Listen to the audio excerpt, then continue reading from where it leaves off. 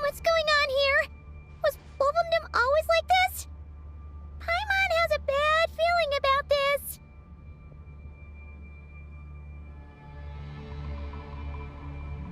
The Wild Hunt? What are they doing here? Watch out!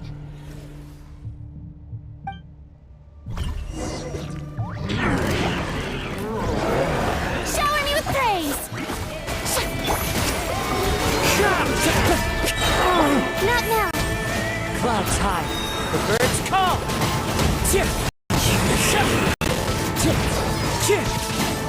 Bow before your king! I got him cornered. That was unexpected. Don't be scared. My guiding stars. As one with wind and cloud. One with nature. Let my name echo in song! Yoo-hoo! Locked on.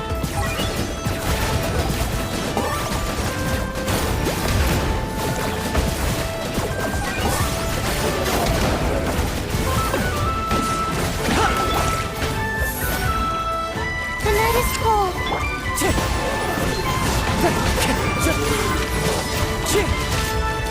Oh, mine's a command. For the Lord of the Night. Target acquired.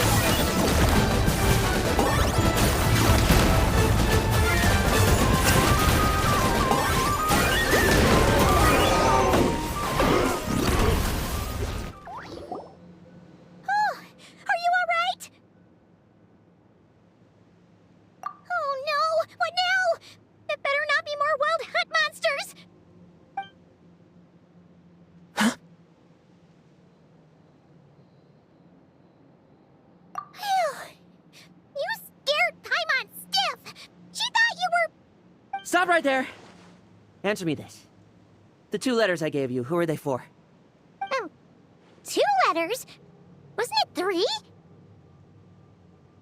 Okay. Well, Paimon's coolest naive expression doesn't appear to be an act. Hey! What are you trying to say? Wait, what are you trying to say, huh? Huh?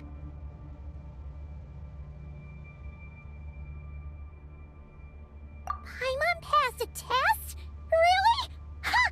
She didn't even realize she was taking one! You may dispense with your suspicions. The Wolfpack has borne witness. They fought against the aberrations that encroached upon this land. And our attackers showed no ability to disguise themselves this time. Ah, a familiar scent. Come. I will await you at the usual grounds. Well, if the boss of Wolfendom has vouched for you, I guess I should apologize for doubting you just now. Sure was. Fortunately, my experience in Nodcry didn't go to waste. Turns out the Wild Hunt all feel the same when you stab them. They didn't stand a chance. Something seems wrong with that old wolf, though. Go on. You should check on him.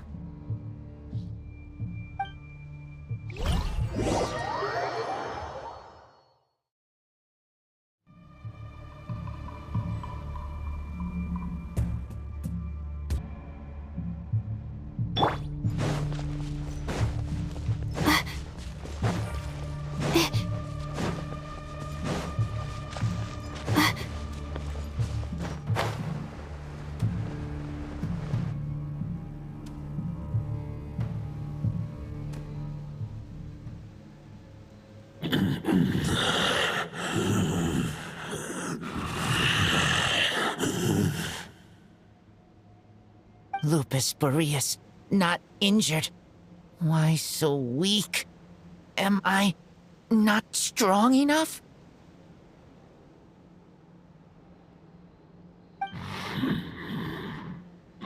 You are not to blame. With your Iron Claw, you successfully blocked their attacks.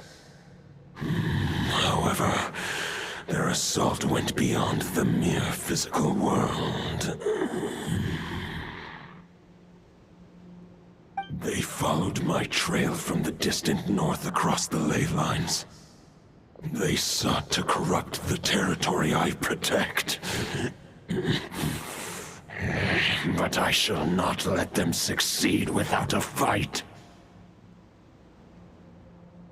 We meet again, human Lupical. So, are you saying that the wild hunt we just got attacked by came all the way from Nodcry to Mondstadt? How is that even possible? As you know, I stand before you as an incomplete being. I am but one remnant of the god Andreas' soul. The source of this turmoil. I can sense it. It lies in the north. It is the part of me that remains in Nodcry, from whence I came. Huh? Now Paimon's even more confused. How can you be in two places at once?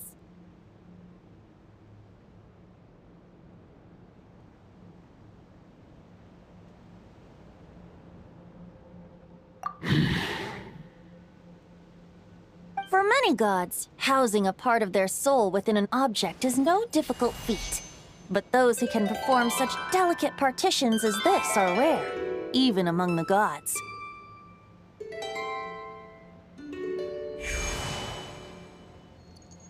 The Wolf King, Andreas, was particularly adept in this art. Otherwise, no remnants of his soul would have survived till the present day. Huh? The bard's back? Tone Deaf Bard? What are you doing here? Maybe the god of Animo guided me here. For it appears that someone is in need of a tale from the distant past. And our wolf friend doesn't seem too keen on recounting it himself. Who better than a bard to do the honors? Lord Boreas, do I have your blessing to share this story?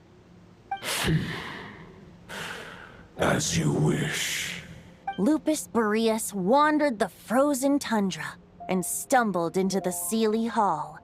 Enchanted by their song, tender as the dawn starlight, and curious about the ways of humankind, the wolf bade farewell to his home and set off for the city to the south.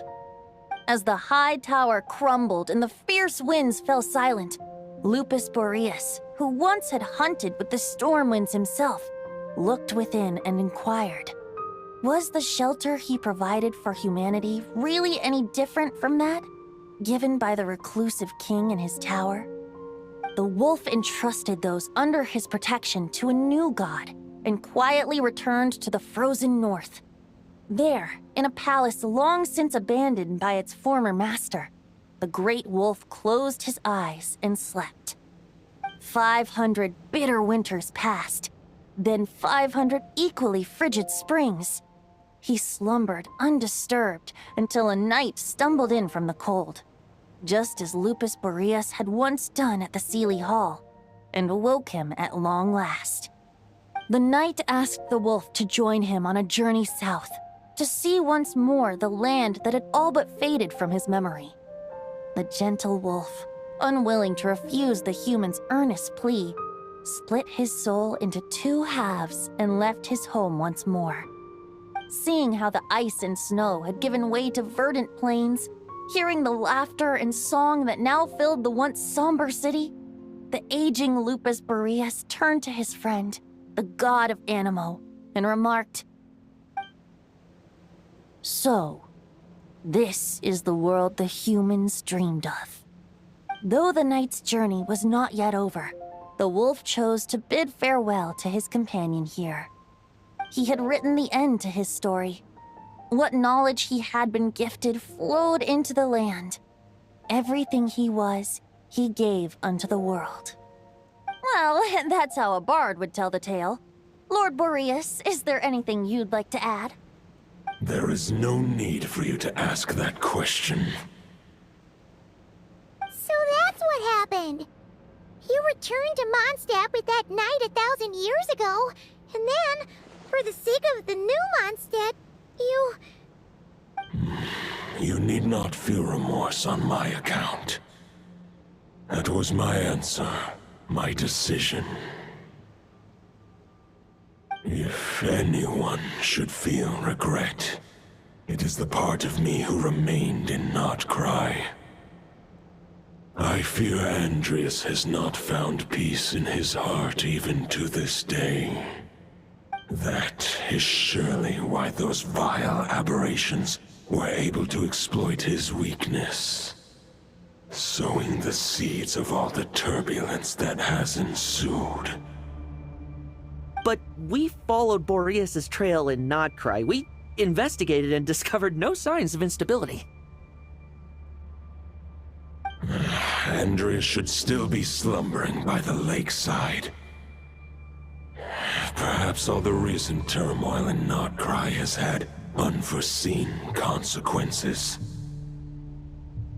And there's more. I detect another familiar scent from across the ley lines. A scent that reeks of blood.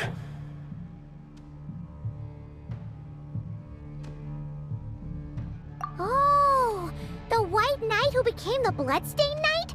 The mightiest knight of Boreas? But wasn't he from 500 years ago? You think he's immortal or something? I remember him as just a man. His lifespan should be no longer than any other of his kind. But before he severed his connection to Boreas, his final destination, it was the ancient kingdom of Conria, as you call it. Beyond that, I know not if he lived or died. If you want to get to the bottom of this, I'm afraid you'll have to make another trip to Nodcry yourselves. As luck would have it, another old friend of ours just so happens to be free right now.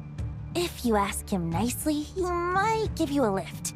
That could save you a lot of time on the road. No wonder I can suddenly sense the east wind's presence.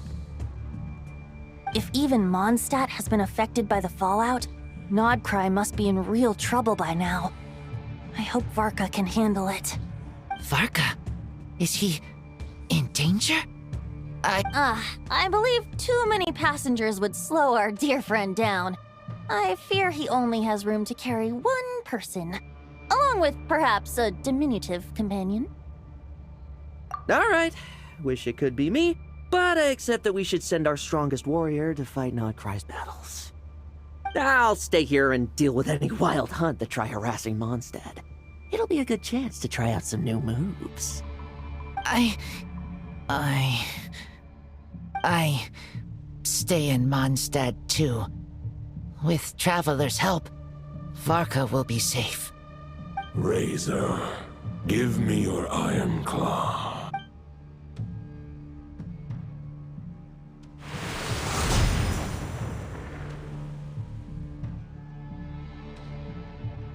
Golden-haired traveler, give this token to the current knight of Boreas.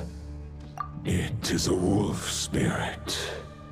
It contains my power and thoughts. Though I have given him a piece before, this should bring him new strength. The Dominator of Wolves once bestowed the power of his soul upon his pack, strengthening their hearts and sharpening their claws and fangs. But human hearts and flesh cannot bear the soul of a wolf directly. It would be akin to forcefully merging a human and a wolf into one being. They would descend into chaos.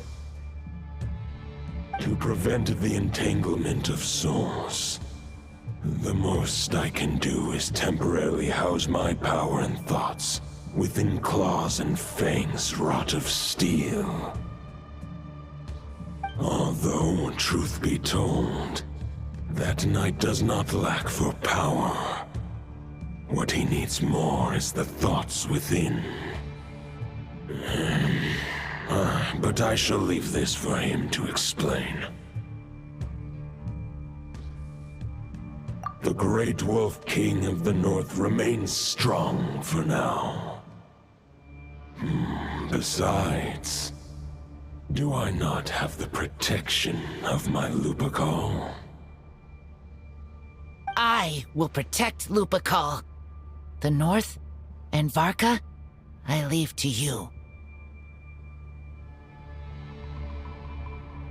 Just give me the word whenever you're ready.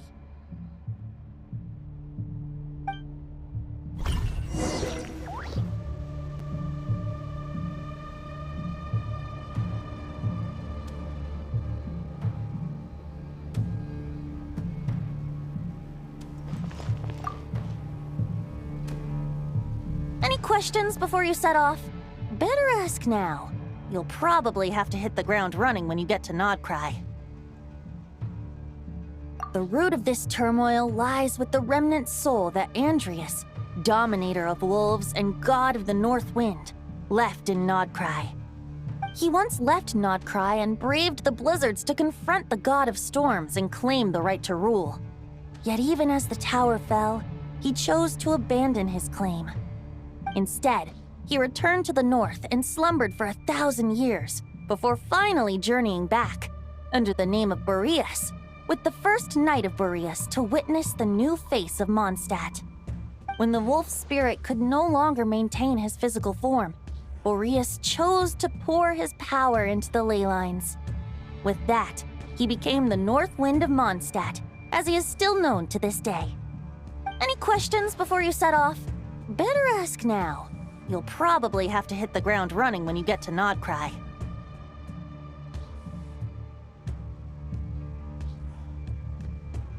"500 years ago, Roland seemed destined to become the mightiest knight of Boreas ever to have lived. But he was too pure of heart. He believed firmly in his own ideals of chivalry, vowing to eliminate all injustice from the world. But the world had never been perfect and pure, nor would it ever be. Neither his mentor, the wolf pup Rostam, nor the Grand Master, known as the Lion of Light, could persuade him to temper his obsession. But what was the scent that reeks of blood that Lupus Boreas sensed? And what is its connection to Conria and the Abyss? Perhaps you will uncover the truth in Nodcry. Any questions before you set off? Better ask now.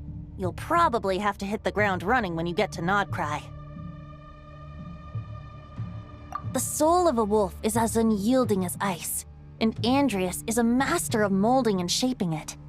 His people once drew great strength and wisdom from the wolf spirit. But human hearts and flesh cannot contain the soul of a god. Attempting to place the wolf spirit in a human vessel would slowly devour their sense of self, even if Lupus Boreas did not intend for that to happen. That's why Lupus Boreas developed the technique of imbuing weapons with his soul. It is his way of blessing his human Lupacol with the wolf spirit's protection. In fact, there is an ancient song that tells this tale. A weapon once of common iron, now through friendship turned divine. Twixt man and wolf a bond was made, a power born within the blade. As much as he might claim not to accept humans, his actions sing a different tune. Oh, but keep that little observation between us, will you? Any questions before you set off? Better ask now. You'll probably have to hit the ground running when you get to Nodcry. All right, over to you, Dvalin!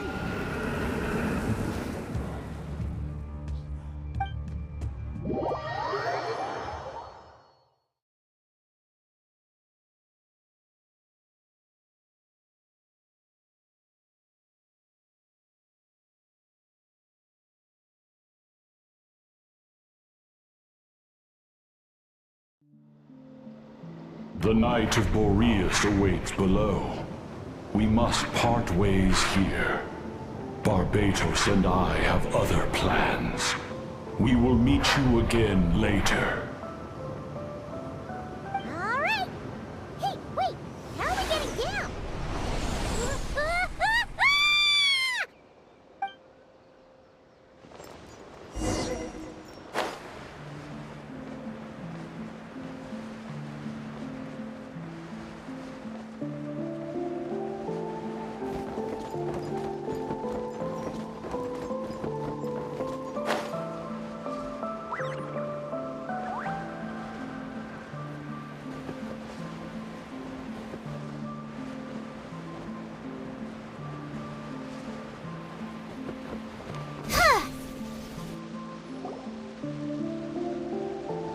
Hold the line! The enemy's on the brink of collapse! Grandmaster! It's...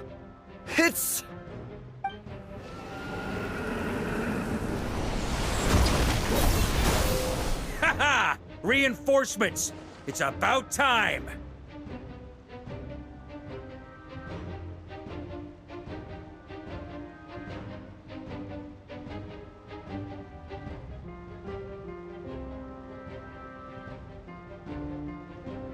And I'm on too. We're just about hanging in there. Most of their grunts are taken care of now. Their leader's gonna have to make a decision soon. Fight or flight? What will it be, mightiest knight of Boreas? As expected, this hastily summoned Wild Hunt horde is nothing but a disorganized rabble. A mere shadow of the forces gathered by the Rahir of Solmari. But they have served their purpose. I now understand your tactics, and you, in turn, understand mine. This is fair. This is the way of chivalry. Farewell, heir to the knighthood of Boreas. Whether you choose to resist me or not, I shall set right the injustices of this world. In the name of the blood-stained knight. Guess they're retreating for now. So that Wolf of the North lookalike, that was Andreas? But why would he be leading the Wild Hunt? And why was he talking about the Bloodstained Knight? Ugh, forget that. We can save the details for later. He was the enemy boss, right? Are we just gonna let him get away? Ah, there's no point chasing after him. We've crossed blades already, and it ended in a stalemate. Right now, there's nothing we could do about him. True. We're still not certain of his true identity, but whether he's a god corrupted by the Abyss or a legendary knight, killing him might be just about possible, especially now that you're here. The difficult part is, we can't kill him right now. Huh? What do you mean? Is he immortal or something? No. Judging from our skirmishes so far, I don't think he's got any special abilities of that caliber. Nor does he have the ridiculous level of power wielded by the Five Sinners. But, compared to Rerir, our current foe clearly has a better understanding of how to exploit Nodcry to his advantage. Particularly when it comes to Andreas' remnant soul. Exactly. Sounds like you realize what the crux of the issue is. I managed to cut off a sample from our foe, which Albedo and Durin are analyzing as we speak. Meanwhile, our other allies should be making their way home from their own battles by now. Let's discuss this further when they're back. We still have some big challenges ahead before this expedition can finally be declared a victory.